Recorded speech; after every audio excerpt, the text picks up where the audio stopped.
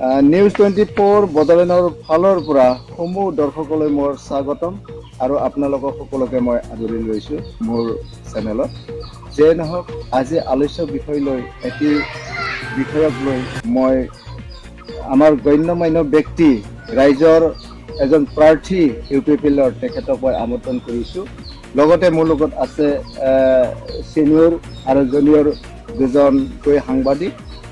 ইয়াৰ আগতে মই পোনপ্ৰথমে চিনাকি কৰি দিবলৈ ওলাইছোঁ আপোনালোকৰ আগত। তেখেত হৈছে আমাৰ বৰ্তমান 2020 চনৰ যি UPPL এজন প্ৰাৰ্থী ৰাইজৰ কাম কৰিবৰ কাৰণে আগবাঢ়ি আহিছে দলৰ হৈ। তেখেত হৈছে হেৰগাঁও সমষ্টিৰ UPPL প্ৰাৰ্থী দাওবাইচা বড়ো। তেখেতক মই মোৰ ফালৰ পৰা আপোনাক নমস্কাৰ কৰিলোঁ। ইয়াৰ মাজতে আছে আমাৰ most ছিনিয়ৰ সাংবাদিক প্ৰফুল্ল বড়ো ডাঙৰীয়া, তেখেতকো মই নমস্কাৰ কৰিলোঁ। আৰু ইয়াৰ মাজত আছে আমাৰ লগত তেখেত জুনিয়ৰ সাংবাদিক ৰংগুল বড়োদেৱ, তেখেতকো মই নমস্কাৰ কৰিছোঁ। যে নহওক আজি এইটো ষ্টুডিঅ'ৰ মজিয়াত এটি বিষয়ক লৈ মই আলোচনা কৰিব ওলাইছোঁ।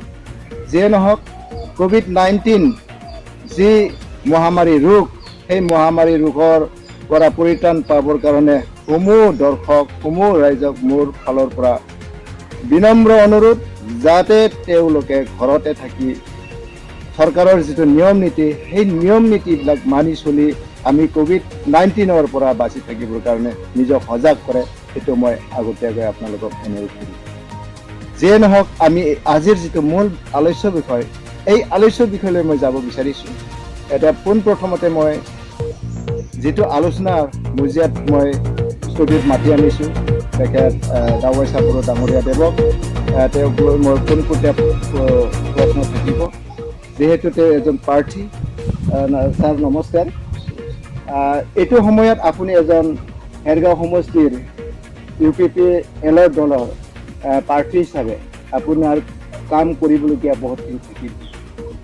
ইয়াৰ উপৰি বৰ্তমান বিশ্বজুৰি যিটো কৰোণা ভাইৰাছে আক্ৰমণ কৰিছে, সংক্ৰমিত হৈছে, এনে ক্ষেত্ৰত আপুনি কৰোণা ভাইৰাছৰ ক্ষেত্ৰত সজাগতাৰ কাৰণে কি ব্যৱস্থা অৱলম্বন কৰি আছে আপুনি নিজাববীয়াকৈ, আৰু ৰাইজক কেনেকুৱা সচেতনতা আপুনি আনিব বিচাৰিছে, তাৰ ইয়াৰ কাৰণে আপুনি কি ৰাইজক জনাব, সেইটো মই প্ৰথমতে মই নমস্কাৰ যাচিছোঁ।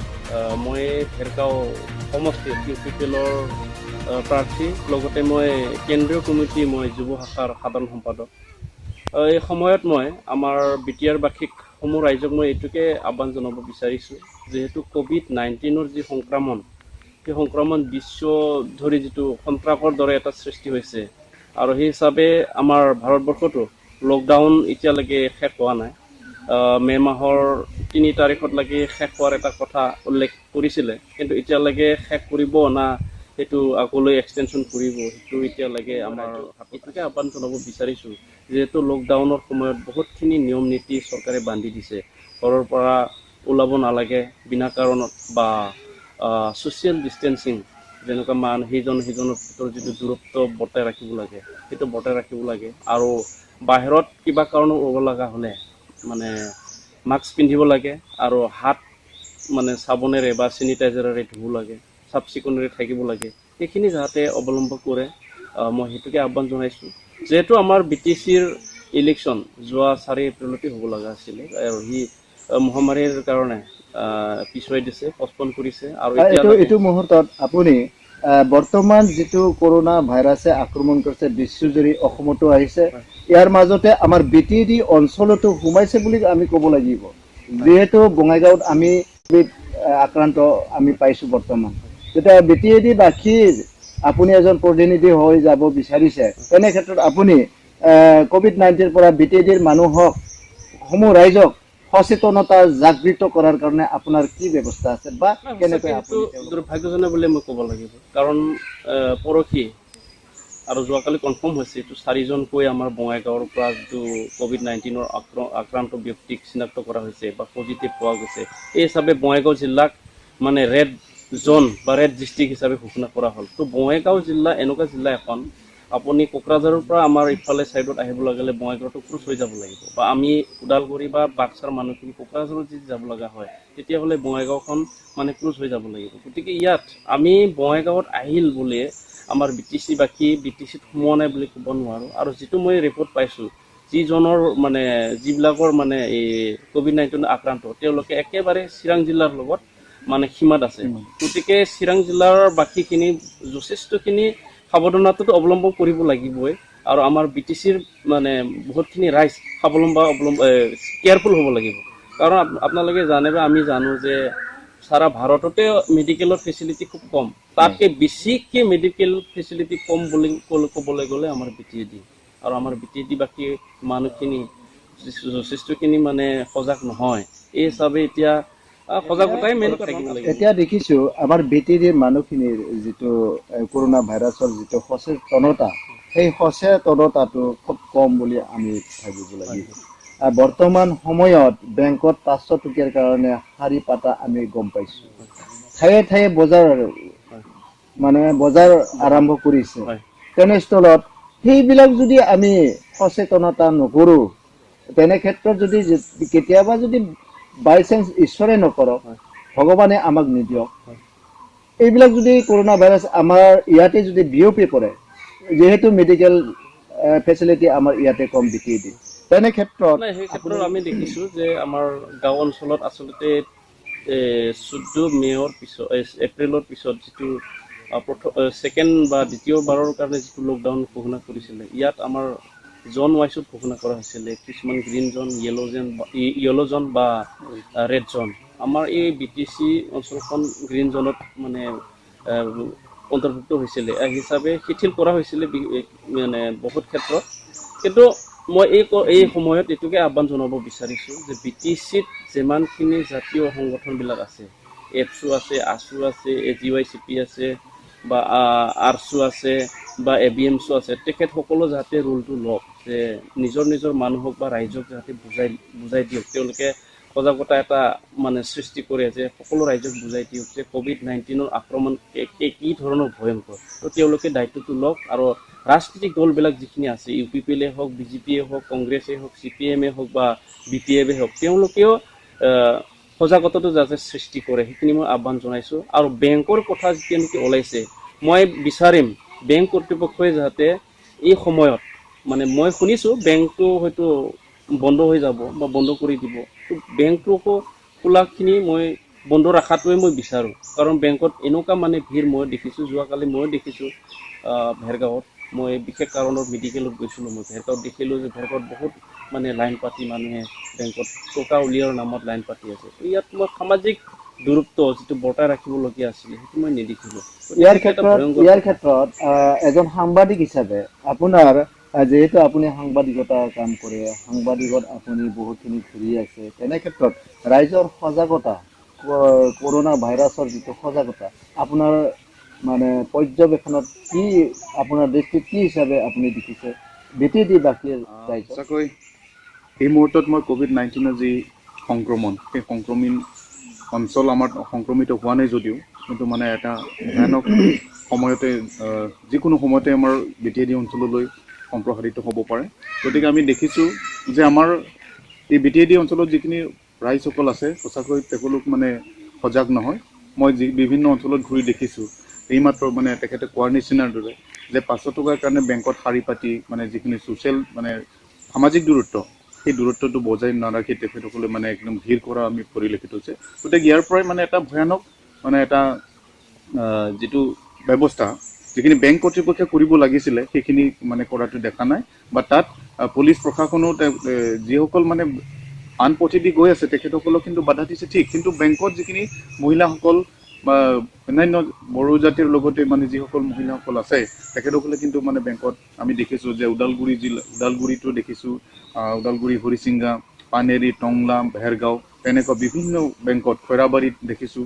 তেনেকুৱা অঞ্চলত যদি অকল এই ওদালগুৰি জিলাটো যদি তেনেকুৱা হয়, তেতিয়াহ'লেতো মানে BTAD অঞ্চলতো বহুত তেনেকুৱা বেংক আছে। অকল ইয়াত যে হৈছে সেইটো নহয়, সমগ্ৰ BTAD অঞ্চলতে সেইটো আছে। CSB, এই CSB বিলাকতো মানে বহুতখিনি মানে ভিৰ দেখা পৰিলক্ষিত হৈছে। সেইটোতো মানে এটা ভাল আছিলে, কিন্তু CSP বিলাক য'ত মানে গাঁও অঞ্চলত থাকিব লাগে তেখেতসকলে কিন্তু গাঁও অঞ্চলত থকা নাই, যাৰ ফলত আমি দেখিছোঁ ভেৰগাঁও নিচিনা অঞ্চলত মানে কি যে CSP তাতে বহি আছে, তাতে বেংক খুলি আছে, তাতে তাৰ কাৰণে গাঁও অঞ্চলৰ পৰা যিসকল লোক আছে তেখেতসকলে কিন্তু তাত ভিৰ কৰা পৰিলক্ষিত হৈছে। গতিকে CSP সকলে কিন্তু সেই ছ'চিয়েল সামাজিক দূৰত্বটো বজাই ৰাখি গাঁও অঞ্চলত মানে সেইখিনি অলপ সুবিধাটো দিব পাৰে, যদি মানে বেংক কৰ্তৃপক্ষই ষ্ট্ৰিক্টলি যদি অৰ্ডাৰ দিয়ে সেইটো কৰিব পাৰে। গতিকে এইটোৰ পৰা আমি এটা ভয়ানক পৰিস্থিতিলৈ মানে আমি হয়তো গতি কৰি আছো, তেনেকুৱা এটা অনুভৱ হয়। গতিকে এই মুহূৰ্তত মই সকলোকে আহ্বান জনাইছো যে আমাৰ এই অঞ্চলত বসবাস কৰা সামাজিক দূৰত্ব বজাই ৰাখক আৰু নিজে নিজৰ জীৱনটো বচাওক, কাৰণে আনৰ জীৱনটোকো যাতে বচাই ৰখাত মানে সকলোৱে সহযোগিতা কৰে। ইয়াৰ মাজতে মোৰ লগত আছে তেখেত ৰংগুল বড়ো, তেওঁ এজন সাংবাদিক হিচাপে তেওঁ বৰ্তমান সমস্যাত আৰু বৰ্তমান COVID-19 যিটো আক্ৰমণ, সেই আক্ৰমণৰ বিষয়ে আপুনি কি জানে? খুব গুৰুত্বপূৰ্ণ আলোচনা হৈ আছে। আমাৰ লগত যিটো চেণ্ট্ৰেল ইউপিপিলৰ যুৱ নেতা অৰ্থাৎ সাধাৰণ সম্পাদক ইউথৰ তপস্যা ছাৰ আছে, অৰ্থাৎ আমাৰ ভেৰগাঁও সমষ্টিৰ বত্ৰিছগাঁও ভেৰগাঁও সমষ্টিৰ এজন কেণ্ডিডেট আছে। তেওঁ যুৱ নেতা আৰু তেখেতে যিমানখিনি কথা কৈ গ'ল তেখেতৰ লগত মই 100% অৰ্থাৎ 100% এগ্ৰী। তেখেতে যেনেকুৱা ধৰণৰ আমাক কৈছে যে আমি BTCৰ বাহিৰত হৈছে বুলি আমি যদি আনকনচিয়াছ ভাবি থাকোঁ তেতিয়াহ'লে নিশ্চয়কৈ এই আমাৰ কাৰণে খুব মানে ডেঞ্জাৰিয়াছ মানে চিটুৱেশ্যন ক্ৰিয়েট কৰিব পাৰে। তেখেতে ইতিমধ্যে জনাই গৈছে আৰু কেনেধৰণৰ আমি সজাগ হ'ব লাগে তেখেতে আমাক ইতিমধ্যে জনাই গৈছে। তেখেতৰ লগত মই এগ্ৰী, এইকাৰণে তেখেতে খুব ধুনীয়াকৈ কথাষাৰ এনালাইচিছ কৰি পেলাই কৈছে। আৰু আমাৰ ছিনিয়ৰ জাৰ্ণালিষ্ট তেখেতেও কৈছে যে ছ'চিয়েল ডিষ্টেঞ্চিং যেনেকৈ মেইনটেইন হ'ব লাগিছিলে তেনেকৈ মানে মেইনটেইন হোৱা নাই, আৰু এইটো আমাৰ সাংঘাতিক ঠেলি নিব। ইয়াৰ কাৰণে আমি সঁচাকৈ সকলোৱে সজাগ হ'ব লাগিব। আৰু আমাৰ যুৱ নেতা যেনেকুৱা ধৰণৰ কথাখিনি আমাক বুজাই কৈছে, সেইখিনি কথাখিনি যদি আমি খুব মানে গুৰুত্ব সহকাৰে লয় মানে আগুৱাই যাওঁ তেতিয়াহ'লে আমি নিশ্চয়কৈ ইয়াৰ পৰা বাচি থাকিব পাৰিম।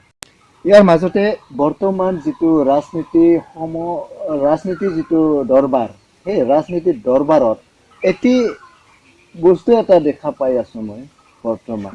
আপুনি এজন সাংবাদিক হিচাপে আৰু মোৰ শ্ৰেণীৰ সাংবাদিক হিচাপে আপুনিও কিজানি এইটো বস্তু অৱগত হ'ব পাৰে, যদিও তথাপিও মই আপোনাক অৱগত কৰাব খুজিছোঁ। যিহেতু ইলেকশ্যন COVID-19 আক্ৰমণৰ কাৰণে স্থগিত ৰখা হ'ল অনিৰ্দিষ্ট কাললৈ। ইয়াৰ পিছত যোৱা 27 তাৰিখে BPFৰ যিটো কাৰ্যকাল, BTCৰ কাৰ্যকাল, সেই কাৰ্যকালটো সমাপ্ত হৈ গ'ল। সমাপ্ত হৈ যোৱাৰ পিছত আহিল এখন শাসন, যি শাসনে আমাক বৰ্তমান দ্বিবাৰ্ষিক চলাব। এই শাসনটো হৈছে গৱৰ্ণৰ শাসন, যিটো ৰাজ্যপাল শাসন। এই ৰাজ্যপাল শাসনক লৈ ৰাজনীতি মহলত এইটো ৰাজনীতিয়ে খুব ঠেলাঠেলি হোৱা অনুভৱ এটা হয়। এনে ক্ষেত্ৰত BPFে UPPলক কৈ আছে, UPPলে BPFক কৈ আছে, এমনকি নেশ্যনেল পাৰ্টি যিটো BJP তেওঁলোকেও মানে কৈ আছে যে কি লাগে, গভৰ্ণৰ ৰুলটো লাগে। কিন্তু BPFে গভৰ্ণৰ ৰুলটো নালাগে, তেওঁলোকে এক্সটেনশ্যন কৰিব লাগে। এক্সটেনশ্যন কৰি 6 মাহ হওক, 1 বছৰ হওক, 3 মাহ হওক, 3 মাহ হ'লেও তেওঁলোকে এক্সটেনশ্যন কৰাটো তেওঁলোকে বিচাৰিছিলে, কিন্তু এইখিনি কাৰ্যকৰী নহ'ল। তথাপিও তেওঁলোকে পেপাৰে মিডিয়াই বহুতখিনি কথা কৈ আছে। তেনে ক্ষেত্ৰত আপোনাৰ এই মুহূৰ্ততো আমি দেখিছোঁ যে আমি মানুহৰ জীৱনটো প্ৰথমতে বচাব লাগিব, সেইটোহে ডাঙৰ কথা আছিলে। কিন্তু এই ক্ষেত্ৰত দেখিছোঁ যে যিখিনি মানে যিসকলে পাৱাৰত আছিলে, মই বিশেষকৈ কম মানে বিটেডি অঞ্চলত যিহেতু BPFৰ শাসন আছিল, আৰু সেইটো ইতিমধ্যে আপুনি ক'লে যে 27 তাৰিখে তেওঁলোকৰ কাৰ্যকাল উকলি গ'ল। এই মুহূৰ্তত কিন্তু তেখেতসকলে কিন্তু পাৱাৰক লৈহে মানে খুব মানে হুলস্থুল কৰা পৰিলক্ষিত হৈছে। কিন্তু আমাৰ কাৰণে সেইটো দুখজনক কথা, কাৰণ COVID-19 পৰা আঁতৰি থাকিবলৈ আহ্বান জনাইছোঁ, কিন্তু এক প্ৰকাৰ আকৌ তেওঁলোকে ক্ষমতাৰ কাৰণে মানে কি যে খুব কি বুলি ক'ব, এইটো পাৱাৰ হাংগ্ৰি যে কয়, সেইটোতো মানে তৰা মানে পৰিলক্ষিত হৈছে। কিন্তু হয়তো হ'ব নালাগিছিলে, যিহেতু ইয়াত এটা সাংবিধানিক মুৰব্বী যিহেতু আছে ৰাজ্যপাল, তেখেতৰ হাতলৈ গৈছে। এইটোতো মানে সকলোৰে কাৰণে মানে কাম্য, সকলোৰে বাবে সেইটো মানে হয়তো ভাল হ'ব। গতিকে এই ক্ষেত্ৰত মানে BPFৰ যিসকল পালি নেতা আছে তেখেতসকলে কিন্তু নিজৰ পাৱাৰটোক লৈ মানে বেছিকৈ মানে তেখেতসকলক দিব লাগে, বা আমাৰ যিটো কাৰ্যকাল আছিলে সেইটো মানে আকৌ বৃদ্ধি কৰি দিব লাগে। সেইটো ক্ষেত্ৰত মানে মই কওঁ, যিহেতু এইটো মুহূৰ্তত কিন্তু মানে বোকা চুটিয়াৰ সময় নহয়, UPPL হওক বা BJP হওক বা কোনোবা BPF হওক, ইটোৱে সিটোক মানে বুকুৱা চুটিয়াৰ সময় নহয়। আমি ৰাইজক কেনেকৈ সজাগ হৈ থাকিব লাগিব, যিটো মাৰাত্মক মানে এটা ৰোগ আহিছে, সেই ৰোগৰ পৰা আমি কেনেকৈ বচাই ৰাখিব লাগে, সেইটোৰ ওপৰতহে গুৰুত্ব দিবলৈ মই সকলোকে আহ্বান জনাইছো। ধন্যবাদ। তেখেত খুব ইম্পৰ্টেণ্ট কথা কৈছে। এইটো যিটো সংকটজনক অৱস্থা, সংকটজনক যিটো পৰিৱেশ, সেই সংকটজনক পৰিৱেশত ৰাজনীতি খেলাৰ পৰা যাতে বিৰত থাকে তেওঁ আহ্বান কৰিছে। ৰাজনীতি মহলৰ, ৰাজনীতিৰ দৰবাৰৰ যিবিলাক ৰাজনীতিবিদ তেওঁলোকৰ এইটো খুব মানে দৰকাৰী কথা। তেনে ক্ষেত্ৰত আমাৰ মাজত এজন তেখেত আছেই, যিহেতু তেওঁ বৰ্তমান BTD দখল কৰিব গৈ আছে, মানে দখল কৰিব আৰু নহয় জানো, যদি ৰাইজে বিচাৰে, ৰাইজে যদি সহযোগ কৰে। আপুনিতো নিশ্চিত, আপোনালোকে যেনিবা আপুনি এজন কেণ্ডিডেট হিচাপে আপুনি জিকি যোৱাটো আপুনি কামো কৰিবই, বিশ্বাস কৰিব বা এটা আশা কৰে। হয়। তেনে স্থলত আপুনি যিটো ৰাষ্ট্ৰপতি ৰাজ্যপাল শাসন আমাৰ BTCত আহিলে, সেইটোত আপুনি কি ক'ব? নাই, আমাৰ BTDত বা BTCত বা BTRত, এতিয়াতো BTR বুলি ক'ব লাগিব, BTRত মানে ৰাজ্যপাল শাসন বা গভৰ্ণৰ্ছ ৰুল সেইটো অহাটো, সেইটো আচলতে কোনোবা UPPL, কোনোবা কংগ্ৰেছ বা ধৰক কোনোবা BJP কোৱাৰ কাৰণে অহা নাই। হাগ্ৰামা মহিলাৰ নেতৃত্বত যিটো চৰকাৰ আছিলে, সেইটো চৰকাৰ নিৰ্বাচন নাপাতাকে 27 তাৰিখত লাগি ৰাখিব পৰা এটা ম্যাদ আছিলে বা ভেলিডিটি আছিলে। সেইটো 27 এপ্ৰিলত উকলি গ'ল। কিন্তু আমাৰ 6 শিডিউল যিটো এৰিয়া, আমাৰ BPFৰ সাংসদ, ৰাজ্যসভাৰ সাংসদ মাননীয় বিশ্বজিৎ দৈমাৰী ডাঙৰীয়া, তেখেতে আচলতে সংবিধানটো কি পথেদি ৰাইজক বুজাব বিচাৰিছে মই ধৰিব পৰা নাই। আচলতে যদি নটিফিকেশ্যন নলালহেঁতেন, তেতিয়াহ'লে 27 এপ্ৰিলৰ আগত নটিফিকেশ্যন নোলোৱাকৈ যদি থাকিলহেঁতেন, তেতিয়াহ'লে মানে গভৰ্ণৰে BTCৰ এক্সিষ্টিং যিটো ৰুলিং পাৰ্টি আছিল, তেওঁৰ লগত কথা পাতি পেলাই সেইটো এক্সটেনশ্যন কৰে না নিজৰ অকানত নিয়ে, সেইটো তেওঁ কৰিব পাৰিছিলে বা পাৰিলহেঁতেন।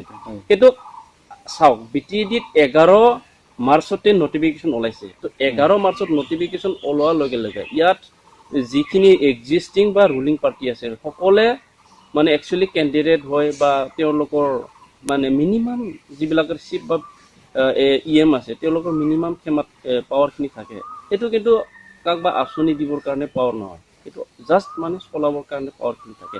এই হিচাপে নটিফিকেশ্যন ওলোৱাৰ পিছত কোনো ইয়াত ৰাজনৈতিকভাৱে ক্ষমতাত নাথাকে। গতিকে মানে সাৰা বিশ্বতে হ'ল সেইটো COVID-19 যিটো সংক্ৰমণ। আমাৰ ইলেকশ্যন হ'ব লগা আছিলে 4 এপ্ৰিলত, কিন্তু 4 এপ্ৰিলৰ আগতে আমাৰ অসমত বা ভাৰতবৰ্ষত মাৰ্চৰ প্ৰথম সপ্তাহৰ পৰা COVID-19 স্প্ৰিড মানে আহিব ধৰিলে। তো অসমতো আহিল, আৰু সেইটো ভাৰতৰ ধৰক ভাৰতৰ মাননীয় প্ৰধানমন্ত্ৰী নৰেন্দ্ৰ মোদী ডাঙৰীয়া যিটো এই আমাৰ 23-24 বুলি ধৰিছোঁ আমি, 23 এপ্ৰিলৰ ৰাতি 12টাৰ বজাত, মানে আমি 24 তাৰিখ ধৰি লৈছোঁ। লকডাউন যিটো সময়ত ঘোষণা কৰিছে, সঠিক সময়ত তেওঁ ঘোষণা কৰিছে আৰু সেইটো চবে আদৰি জনাইছে। কিন্তু এই সময়তো কিন্তু আমি BTVৰ পৰা ছ'চিয়েল মিডিয়া বা ঠিক তেনেকুৱা আমি বিভিন্ন মাধ্যমেৰে প্ৰচাৰ কৰাত দেখিবলৈ পাইছিলোঁ যে তেওঁলোকে ইলেকশ্যনটো আৰ্লি কৰিবৰ কাৰণে বা আগত আগুৱাই নি পেলাই ইলেকশ্যনটো পাতি দিয়ক, এনেকুৱা ধৰণৰ মই দেখা পাইছিলোঁ। কিন্তু সেইটো কৰিব নোৱাৰে, আৰু সেইটো কৰোণা ভাইৰাছ বা COVID-19 যিটো সংক্ৰমণ সেইটো নকমিলে, তাৰ কাৰণে 27 এপ্ৰিলৰ আগতো ইলেকশ্যন পাতিবৰ কাৰণে সক্ষম নহ'ল। আৰু 27 এপ্ৰিলত BTCৰ যিটো মানে ম্যাদ সেইটো উকলি গ'ল, আৰু সেইটো উকলি যোৱাৰ কাৰণে এজ পাৰ কনষ্টিটিউশ্যন, ভাৰতৰ সংবিধান মতে আমি জানো 6 শিডিউলৰ মুৰব্বী হয় আচলতে গভৰ্ণৰ, মানে গভৰ্ণৰ ৰুলত যায়। সেই হিচাপে গভৰ্ণৰে নিছে, আৰু সেই গভৰ্ণৰে নিম বুলি নিয়া নাই। আজি ধৰক চবে কৈ আছে COVID-19 সময়ত, এই দুখৰ সময়ত ৰাজনীতি কৰিব নালাগে, UPPলে কৰা নাই। হয়, আমি বিৰোধী হিচাপে দাবী জনাব লাগিব বা ক'ব লাগিব বা মানে ৰিকুৱেষ্ট এটা কৰিব লাগিব, আহ্বান এটা কৰিব লাগিব যে 27 এপ্ৰিলৰ পৰা যিহেতু BTC বা BTRখন মুৰব্বী হৈ হ'ব, গতিকে গভৰ্ণৰে লৈ লওক, সেইটো আমি আহ্বান জনাইছোঁ।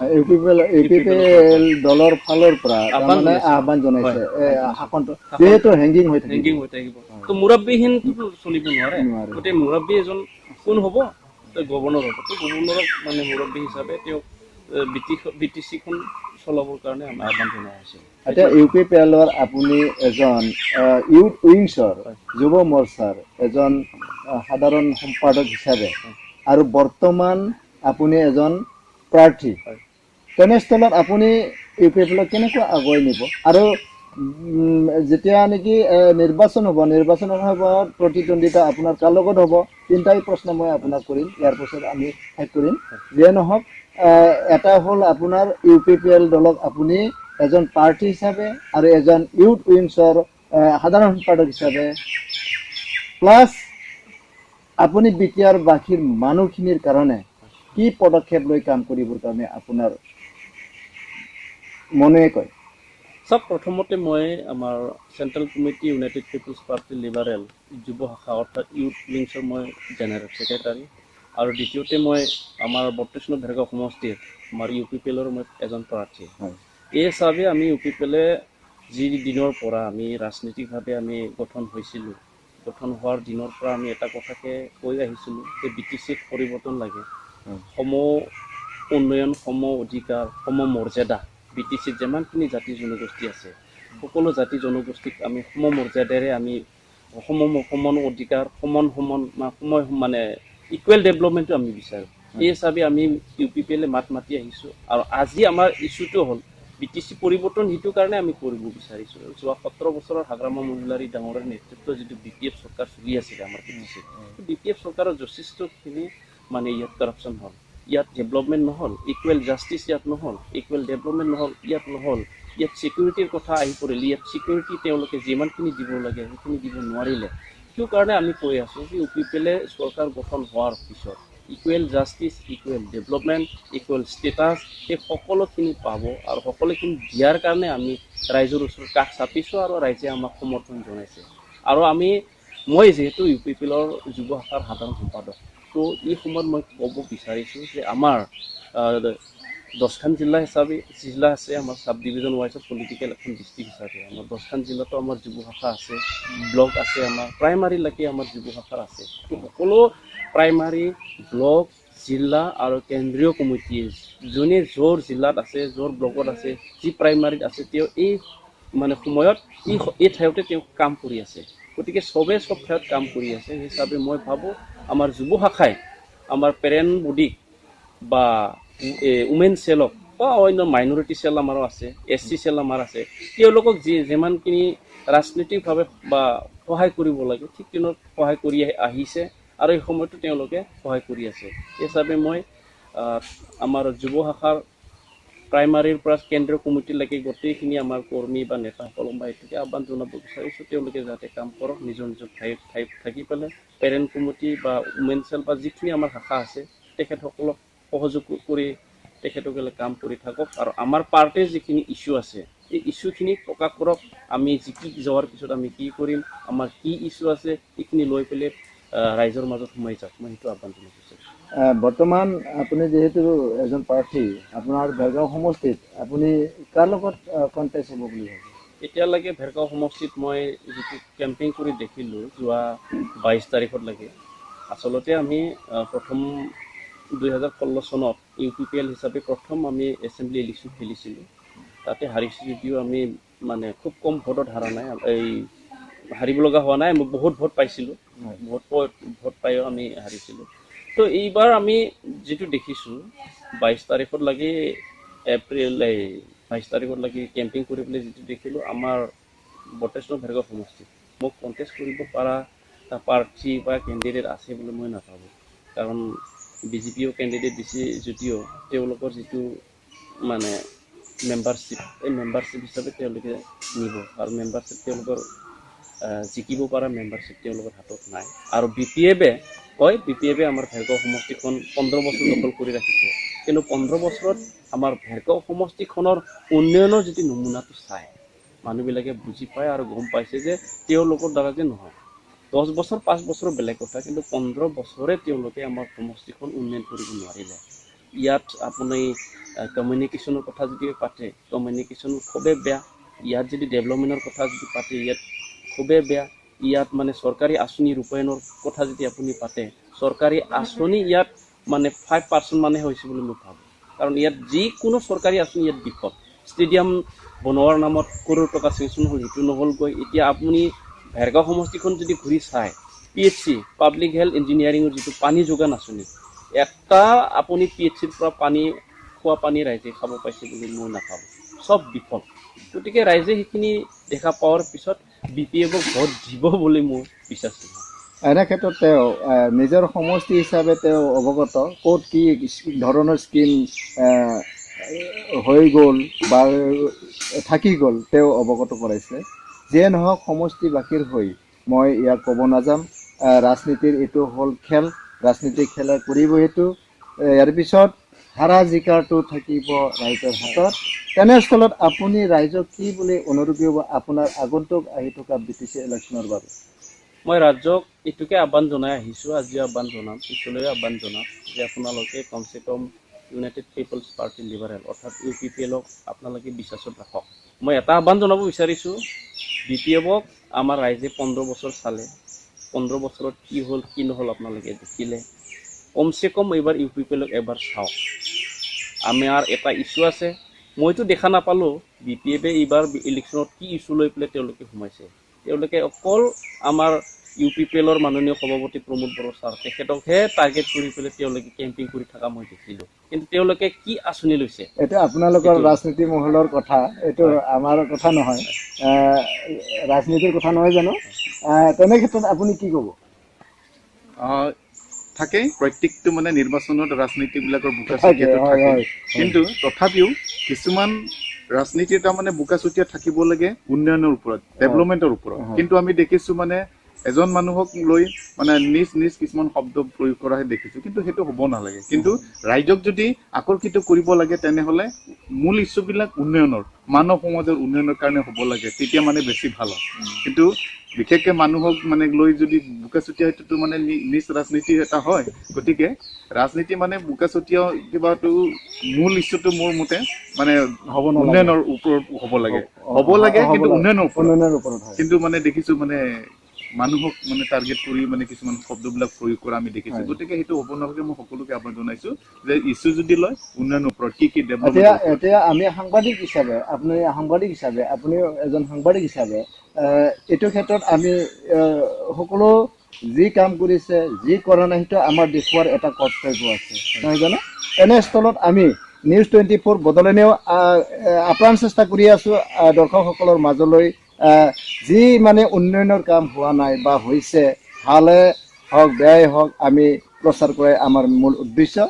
তেনে ক্ষেত্ৰত এজন সাংবাদিক হিচাপে আপুনি কি ক'ব? খুব গুৰুত্বপূৰ্ণ আলোচনা। যিটো ইলেকশ্যন সমাগত COVID-19ৰ কাৰণে পিছুৱাই দিয়া হৈছে যদিও, গভৰ্ণৰ ৰোল হৈছে যদিও, আমি ইলেকশ্যন কথাটো বাদ দি ফালে কিছুমান ডিছকাশ্যন এই সময়ত কৰাটো উচিত নহ'ব। আমি দেখিবলৈ পাইছোঁ যে বিভিন্ন ৰাজনীতিৰ নেতাবিলাকে মানুহৰ যি জীৱন এইটো ডেঞ্জাৰ ফালে ঠেলি দি ফালে মানে ক'ৰবাত মিটিং কৰোঁ এইটো দেখিছোঁ। এইটো খুব মানে দুখজনক কথা। এইটো মানে ফাৰ্ষ্ট মই ক'লোঁ। ছেকেণ্ড এইটো কথা ক'ব বিচাৰিম, ৰাইজৰ অভিযোগ এইটোৱে যে যোৱা 17 বছৰ ধৰি 180 কোটিৰো বেছি কৰাপশ্যন ইণ্টায়াৰ BTCত হৈছে।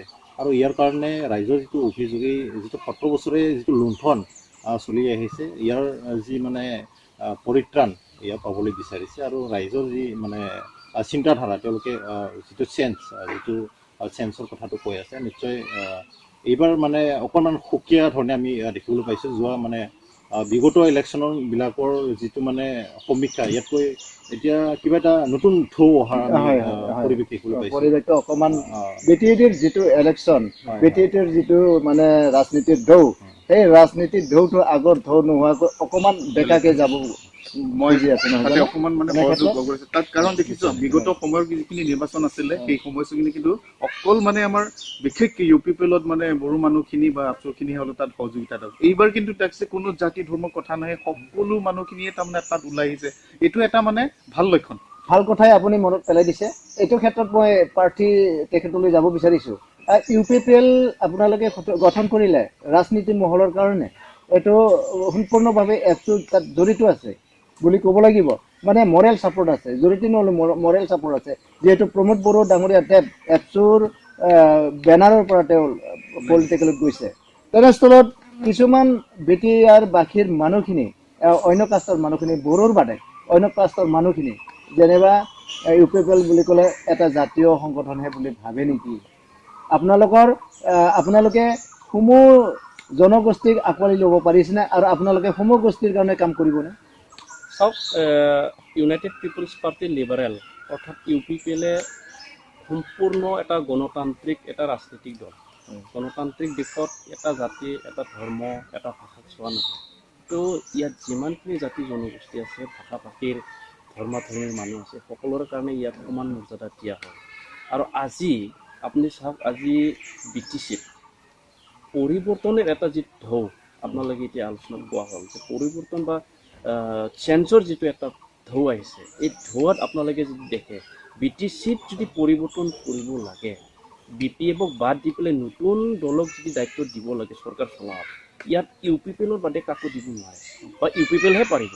গতিকে ইউ পি পি এলক মানুহে বিশ্বাসত এটা লোৱাৰ এটাই কাৰণ হ'ল ইউ পি পি এলেহে পৰিৱৰ্তনটো আনিব পাৰিব বা ইউ পি পি এলৰ দ্বাৰাহে চৰকাৰ ইয়াত গঠন কৰিব পাৰিব। ইয়াত আপুনি চাওক, অন্য ৰাজনৈতিক দলৰ ভেটি বা তেওঁলোকৰ পজিশ্যনটো আজি তাৰিখত বিজেপিয়ে এক চৰকাৰ গঠন কৰিব পৰা তেওঁলোকৰ পজিশ্যন নাই, কংগ্ৰেছৰ নাই, এ জে পিৰো নাই, অন্যান্য ৰাজনৈতিক দলবিলাকৰ ইয়াত চৰকাৰ গঠন কৰিব পৰা পজিশ্যন ইয়াত নাই। গতিকে বি পি এফক বাদ দি পেলাই যদি ইয়াত চৰকাৰ গঠন কৰিব লাগে, ৰাইজে বিশ্বাস কৰিলে, ৰাইজে জানিলে, গম পালে ইউ পি পি এলক আনিব লাগিব। আৰু ইউ পি পি এলৰ ৰাজনৈতিক দলৰ যিটো নীতি আৰু আদৰ্শ, আমাৰ যিখিনি ভিজন আছে, সেই ভিজনখিনি মানুহে গম পোৱাৰ পিছত আমাৰ ইউ পি পি এলক সমৰ্থন জনাইছে। আজি চাওক, এ বি এম চু নিচিনা এটা মাইনৰিটি সংগঠনৰ দলত এ বি এম চুক কাম কৰিবৰ কাৰণে মানুহ নহয়। তেওঁলোকে মানুহ নহয় এইটো কাৰণে হৈছে বুলি মই ক'ব বিচৰা নাই, তেওঁলোকক বেয়া পাই পেলাই এ বি এম চুৰ মানুহখিনি গোটেই আমাৰ ইয়াত আহিছে বুলিও আমি ক'লেও ভুল নহয়। এতিয়া আছাৰ পৰা মানুহ আহিছে, কংগ্ৰেছৰ ইয়াত মানুহ আহি পেলাই যোগদান দিছে, বিজেপিৰ পৰা মানুহ আমাৰ দলত আহি পেলাই যোগদান দিছে। ইয়াত কোনো জাতি জনগোষ্ঠীক লৈ পেলাই আমাৰ ইয়াত কোনো হেৰি নাই। আগৰ দিনত কি হৈছিলে, ইউ পি পি এলক আপুনি কোৱাত কথাটো মই ক'ব বিচাৰিছোঁ, আগৰ দিনত কি হৈছিলে যে ইউ পি পি এলক এফ চি গঠন কৰি দিয়া বোলে দল হৈ বোলে ইউ পি পি এলে এফ চুৰ আন্দোলনৰ সমৰ্থন জনাইছে, এফ চুৱে বদলন আনিব, বদলেন হ'লে ইউ পি পি এল আৰু এফ চি মিলি পেলাই ইয়াত যিকোনো জাতি জনগোষ্ঠীক খেদাই পঠাব, এইটো এটা ব্লেম বি পি এফে কৰি আহিছে। আজি তাৰিখত চাওক, বি টি আৰ চুক্তি হৈ গ'ল, বি টি আৰ চুক্তি হোৱাৰ পিছত ইউ পি পি এলত বেছিহে মানুহ আহিছে। অহাৰ কাৰণটো হৈছে কি, ইউ পি পি এলত কোনো অন্য জাতি, অন্য জনগোষ্ঠীৰ বিৰোধী ইয়াত কাম কৰা নহয়। আজি মই আচৰিত হৈছোঁ যে বি পি এফৰ মানুহখিনি মই ছ'চিয়েল মিডিয়াত যিটো দেখি আছোঁ, মই এইটো ক'ব বিচাৰিছোঁ। আজি মই আচৰিত হোৱা এটাই কাৰণ যে বিগত আন্দোলন সময়ছোৱাত বি পি এফৰ মানুহখিনি, এপছৰ মানুহখিনিক বা ইউ পি পি এলৰ মানুহখিনি কি কৈ আছিলে, বদলেন বিচৰা দল। আজি তেওঁলোকে বদলেনৰ কাৰণে কান্দি আছে, ক্ৰক'ডাইলছ কি বুলি কয় সেইটো,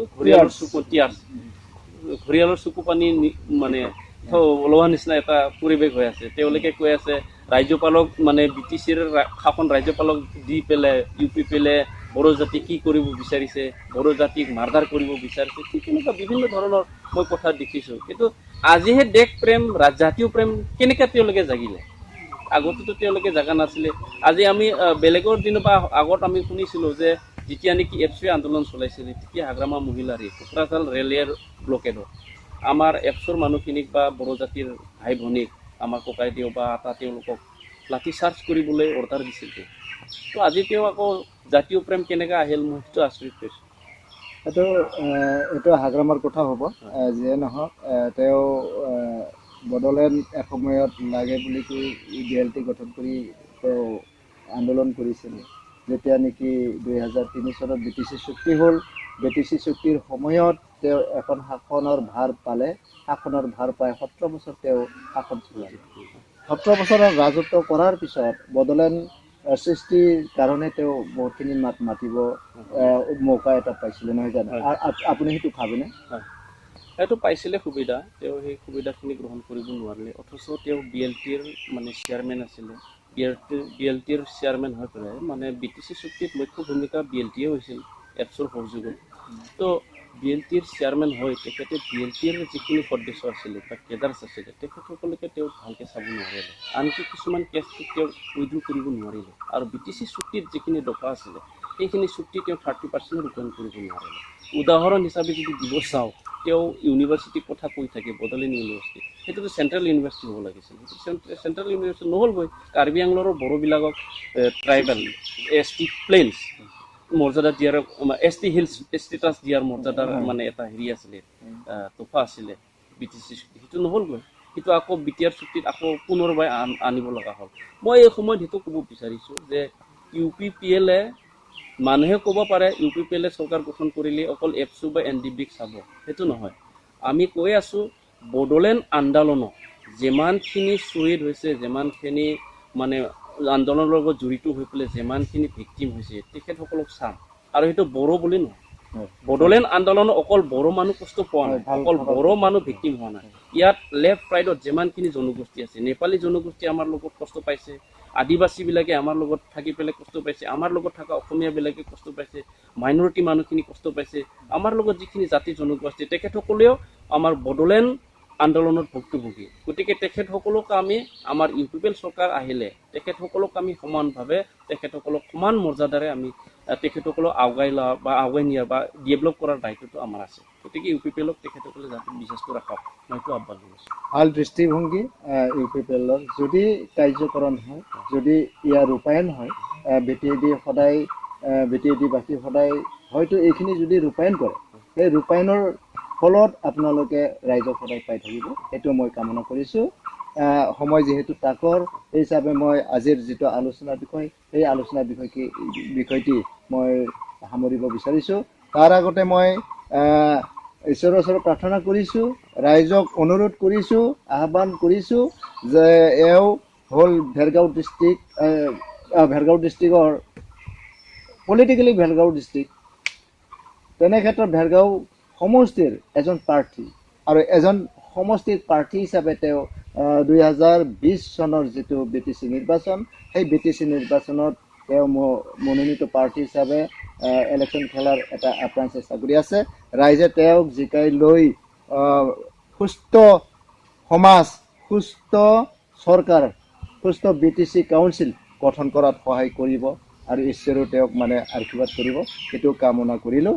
লগতে আজি আলোচনাৰ অংশগ্ৰহণ কৰা তেখেত ডাঙৰীয়া প্ৰফুল্ল বড়োদেৱলৈও মোৰ অশেষ ধন্যবাদ যাচিলোঁ, আৰু আজিৰ অংশগ্ৰহণত উপস্থিত থকা তেখেত ৰুংগল বড়ো ডাঙৰীয়া দেৱলৈ মই মানে বিশেষ মানে ধন্যবাদ যাচিলোঁ। যিয়ে নহওক, চাই থাকক নিউজ 24 বড়োলেণ্ড, আৰু নিউজ 24 বড়োলেণ্ডে আপোনালোকক সদায় এনেকুৱা টক শ্ব'য়েদি কিছুমান সৰু সুৰা বস্তু মই দেখাবৰ কাৰণে আপ্ৰাণ চেষ্টা কৰিম।